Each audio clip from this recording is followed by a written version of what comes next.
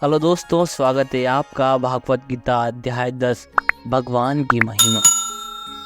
भागवत गीता के 10वें चैप्टर में आप श्री कृष्ण के द्वारा यह जानोगे कि क्या भगवान का कोई रूप है, भगवान कहाँ कहाँ किस किस रूप में है।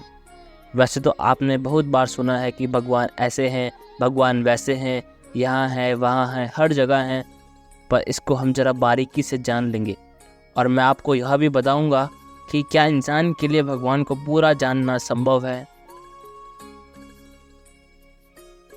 और ये भी बताऊंगा साथ ही साथ कि आज की लाइफ के अकॉर्डिंग हम इसे कैसे देख सकते हैं।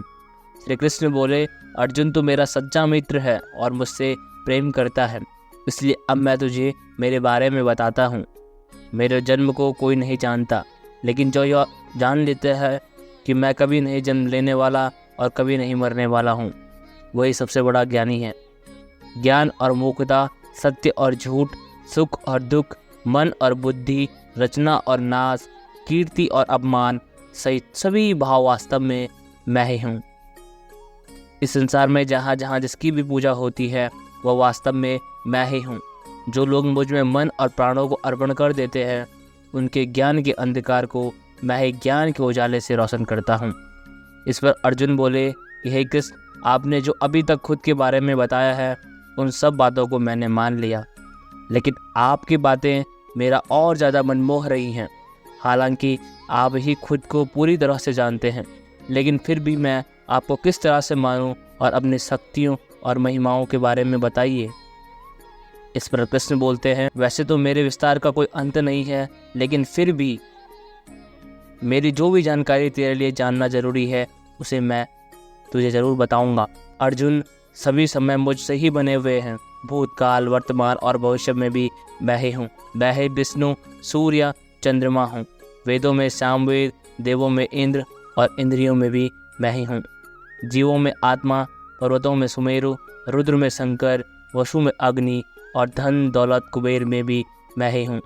जल में समुद्र में, ग्रहों में बृहस्पति, देवर्षियों में नारद, पेड़ों में पीपल, हाथियों में ऐरावत, मनुष्यों में राजा, गायों में कामधेनु, सर्पों में सर्पराज, नागों में शेषनाग, राजाओं में यमराज, गणनाओं में गणित, पक्षियों में गरुड़, योद्धाओं में श्री राम, समुद्र में मगरमच्छ, नदियों में गंगा, विद्यालयों में ब्रह्म विद्या, विवादों का निर्णय, अक्षरों में ओम मैं ही हूँ।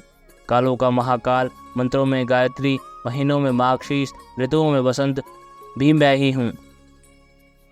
छलों का जुआ जीतने वालों की विजय, निश्चय करने वालों का निश्चय और भक्त पुरुष की भक्ति में भी मैं ही हूँ, यानी कि स्वयं मैं श्री कृष्ण ही हूँ।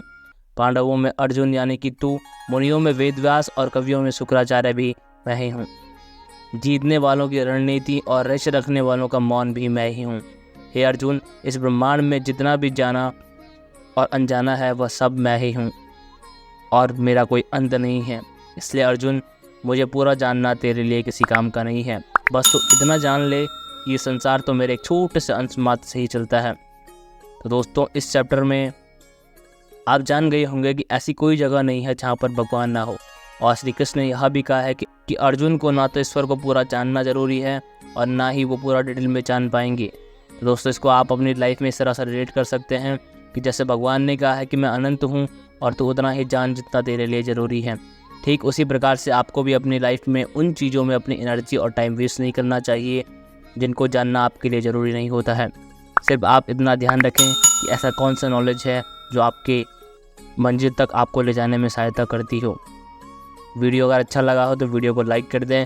मिलते हैं अगली वीडियो में, तब तक के लिए जय हिंद, जय श्री राम।